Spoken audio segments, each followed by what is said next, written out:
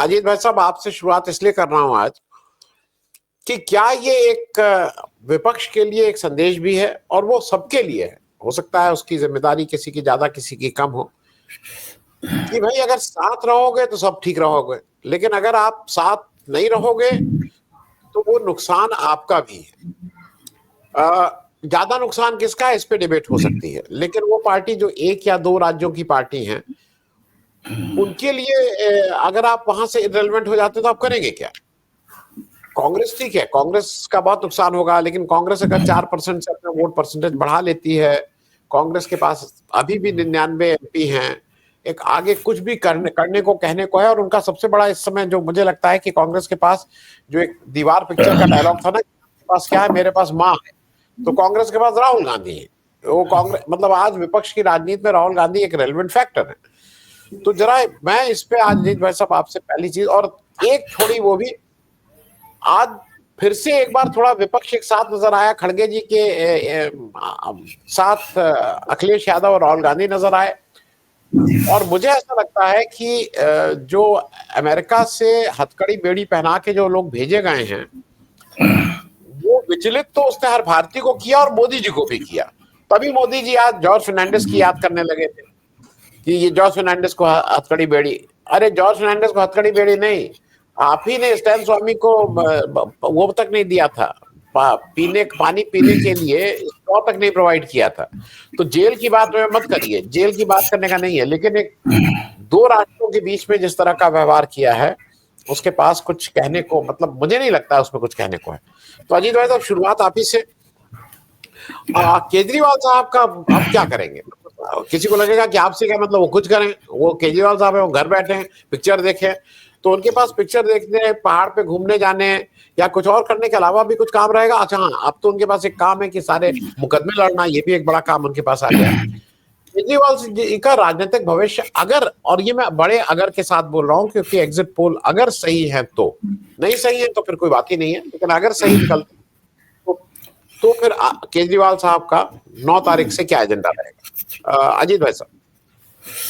आनंद भाई, मैं पहले शुरू करता हूं कि करीब 10 दिन पहले मैं दो पब्लिक ग्लोबल में दो वीडियोस बनाए थे अपने, जो पॉडकास्ट हम लोग चलाते हैं अंग्रेजी में, और एक का नाम था the rise and fall of Arvind Kejriwal, वो दर्शक देख सकते हैं पब्लिक ग्लोबल में, और दूसरा है the AAP versus Congress fight is bound to help BJP. ये भी जो है 7-8 दिन पहले मैंने बनाया। तो ऑडियंस को बता दूं कि सबसे जो बड़ी गलती केजरीवाल ने किया अपने घमंड से, और उनको लगता है कि राजनीतिक पार्टी इंपॉर्टेंट नहीं है, केजरीवाल ज्यादा इंपॉर्टेंट है। पूरा फोकस आप देखे होंगे डिबेट में, सब जगह सिर्फ केजरीवाल, हमेशा केजरीवाल को वापस लाएंगे, ये नहीं कि आम आदमी पार्टी को या आपको वापस लाएंगे। ये जो पर्सनालिटी सेंटर्ड उन्होंने जो कैंपेन किया, जो वो मोदी जी से सीखे हैं। मोदी जी तो इसलिए क्योंकि मोदी जी चाहते थे कि प्रेसिडेंशियल फॉर्म ऑफ गवर्नमेंट हो तो सारा फोकस उन पर हो, तो उनसे सीख के ये जो केजरीवाल किए, पूरा एंटायर दिल्ली कैंपेन को केजरीवाल सेंट्रिक बना दिए। और इसमें दिक्कत क्या होता है कि केजरीवाल जिस इशू पे आए उसी इशू को उन्होंने खुद ही डिफीट किया। वो आए थे किस चीज पे? एंटी करप्शन, एक तरह से कह सकते हैं मूवमेंट है ना, इंडिया अगेंस्ट करप्शन। और वो जो मात खाए हैं किस चीज से? तो on the issue of corruption, liquor scam. हो सकता है कि ईडी का जो एलिगेशंस है वो प्रूव्ड नहीं है, हो सकता है ईडी पॉलिटिकल मोटिवेटेड हो, परंतु ये बात तो जरूर है कि लिकर में कुछ घोटाला था। यदि घोटाला नहीं होता तो भाई आप आम आदमी पार्टी विड्रॉ क्यों करती पूरे लिकर पॉलिसी को? पहली बात। दूसरी बात, ये जो गोवा में जो पैसा गया, जो भी हो, कुछ लोग कहते हैं 200 करोड़, कुछ लोग कहते हैं 2000 करोड़ जो खर्च हुआ था, वो लिंक्ड है टू दिस एंटायर स्कैम जो हुआ दिल्ली में। तो एक तरह से कह सकते हैं कि अरविंद केजरीवाल अपने घमंड को लेके, अपन और एक और जो अरविंद केजरीवाल का आदत है कि दोस्तों को चाकू मार देते हैं। जब से अरविंद केजरीवाल पावर में आए तो एक लाइन से जो है अच्छे मित्रों को जो है वो एकदम साइड लाइन कर देते हैं और खत्म करने की कोशिश करते हैं। नाम नहीं लूंगा, उसमें से कुछ लोग हमारे भी मित्र हैं। ये जो उनकी राजनीति है, और एलाइज को भी खत्म करते हैं। कांग्रेस को उन्होंने हरियाणा में भी खत्म करने की कोशिश की, गुजरात में भी, दिल्ली में भी। उसी कारण मैं कहूंगा, और मैं बड़ा स्ट्रॉन्ग लैंग्वेज यूज करूंगा, मैं कहूंगा कि यह पॉलिटिकल सुसाइड है आम आदमी पार्टी का। देखिए, आम आदमी पार्टी पंजाब में बाय चांस जीता है। पंजाब में कोई सस्टेन्ड कैंपेन इनका नहीं था। 2014 में 4 लोकसभा एमपी जीते, उसके बाद फिर हारे। फिर जो है बिकॉज ऑफ ये जो कांग्रेस की लीडरशिप को चेंज किया गया और उससे एक वैक्यूम क्रिएट हुआ। भाजपा और शिरोमणि अकाली दल बाहर निकल गया था डिबेट से, तो उस कारण जो है बाय मिस्टेक जो है, एक तरह से कह सकते हैं बाय प्योर एक्सीडेंट, वो पावर में आया। पर दिल्ली में जो है वो पावर में आया ही नहीं, 3 बार चुनाव जीता। 2015 में 67 सीट, 2020 में 62 सीट, 52% 54% वोट लेके जीता है 3 बार। 2013 में भी, हालांकि नंबर 2 पार्टी था, बट 50 दिन के लिए सरकार बनाया।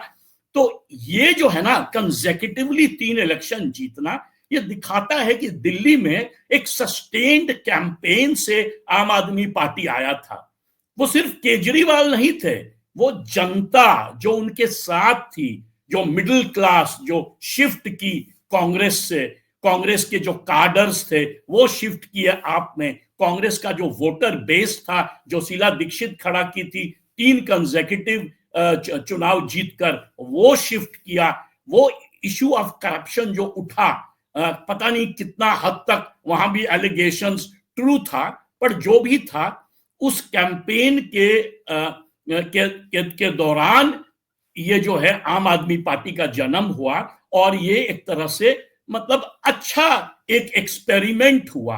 बट उस एक्सपेरिमेंट का जो भी पर्पस था उसको केजरीवाल ही ने खत्म कर दिया। ये जो शिफ्ट किए, पहले रहते थे मारुति वैन में और फिर चले गए शीश महल में।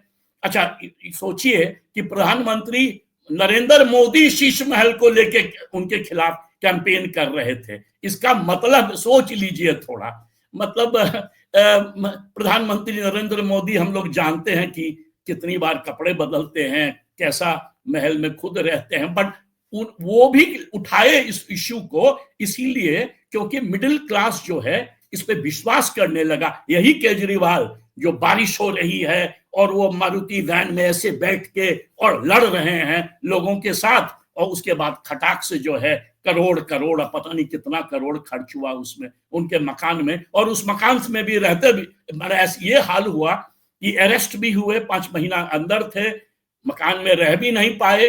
अतिशी गई तो उनको भी निकाल दिया गया। मतलब एक तरह से एवरी पर्पस जो आम आदमी पार्टी जो पार्टी खड़ा हुआ, वो सारा पर्पस को केजरीवाल ने खुद डिफीट किया। ये टोटली केजरीवाल की गलती है। वेलफेयर मेजर्स, लंबा बात करते हैं। राजनीति होता है गेम ऑफ होप। उन्होंने दिल्ली के जनता को कोई होप दिया ही नहीं। फिर भी हम चाहते हैं कि 8 तारीख को यदि रिजल्ट हो तो केजरीवाल जीत जाएं, क्योंकि कोई नहीं चाहता है कि भाजपा जीते। हम लोग में से कोई नहीं चाहता है कम से कम, क्योंकि Bhajpa is hardly a hope. In fact Bhajpa is only despair according to me. तो बट दिक्कत क्या है कि उन्होंने होप की राजनीति छोड़ दी, कांग्रेस का साथ नहीं दिया। हरियाणा का एग्जाम्पल उठा लिए कि भाई हरियाणा में कांग्रेस ने, भूपेंद्र हुड्डा जो है हमारे साथ अलायंस नहीं किए। दोनों बार राहुल गांधी, हरियाणा में भी और दिल्ली में भी राहुल गांधी पूरा तैयारी कर रहे थे अलायंस करने के लिए। आपने देखा कि दिल्ली में राहुल गांधी कैंपेन किए बहुत तगड़ा, बट सिर्फ 1 हफ्ते। प्रियंका गांधी तो पिछले 3-4 दिन पहले आई, बिल्कुल कैंपेन में आई ही नहीं। इसीलिए वॉक ओवर देने के लिए आम आदमी पार्टी को बट यही आम आदमी पार्टी आज ये अलायंस यदि कर लिया होता तो ये एग्जिट पोल का जो रुख है ना वो नहीं होता। 15% का गैप था आम आदमी पार्टी और भाजपा के बीच, और करीब करीब 21 कॉन्स्टिट्यूएंसी में टाइट फाइट था, जहां पर कि 5,000 वोट 7,000 वोट से आम आदमी पार्टी जीती थी। और ये जो माइक्रो मैनेजमेंट कह रहे हैं कि भाजपा ने किया उन 21 कॉन्स्टिट्यूएंसीज में, उस कारण शायद ये सारा पलट गया। आज भी मुझे विश्वास इसलिए नहीं होता है कि मतदान इतना कम है। यदि इस तरह का मतलब कह सकते हैं कि टेक्टोनिक शिफ्ट हुआ है दिल्ली में, तो कम से कम मतदान तो हाई होना चाहिए। पर मुझे लग रहा है कि यदि ये सच है, यदि एग्जिट पोल सही है, तो इसका मतलब कि बीजेपी और संघ का कैडर ने वोट दिया, पर ये जो मिडिल क्लास जो आम आदमी पार्टी के साथ आया था, जो पुअर पीपल, जो झुग्गी झोपड़ी वाले आम आदमी पार्टी के साथ जम के आए 15 में, 20 में, 13 में, वो जो है ना सुस्त पड़ गए, वो शायद वोट नहीं दिए। अब ये पता तो चलेगा हम लोगों को, but this political suicide was committed directly by Arvind Kejriwal, he is responsible for it. जी, जी, जी, जी।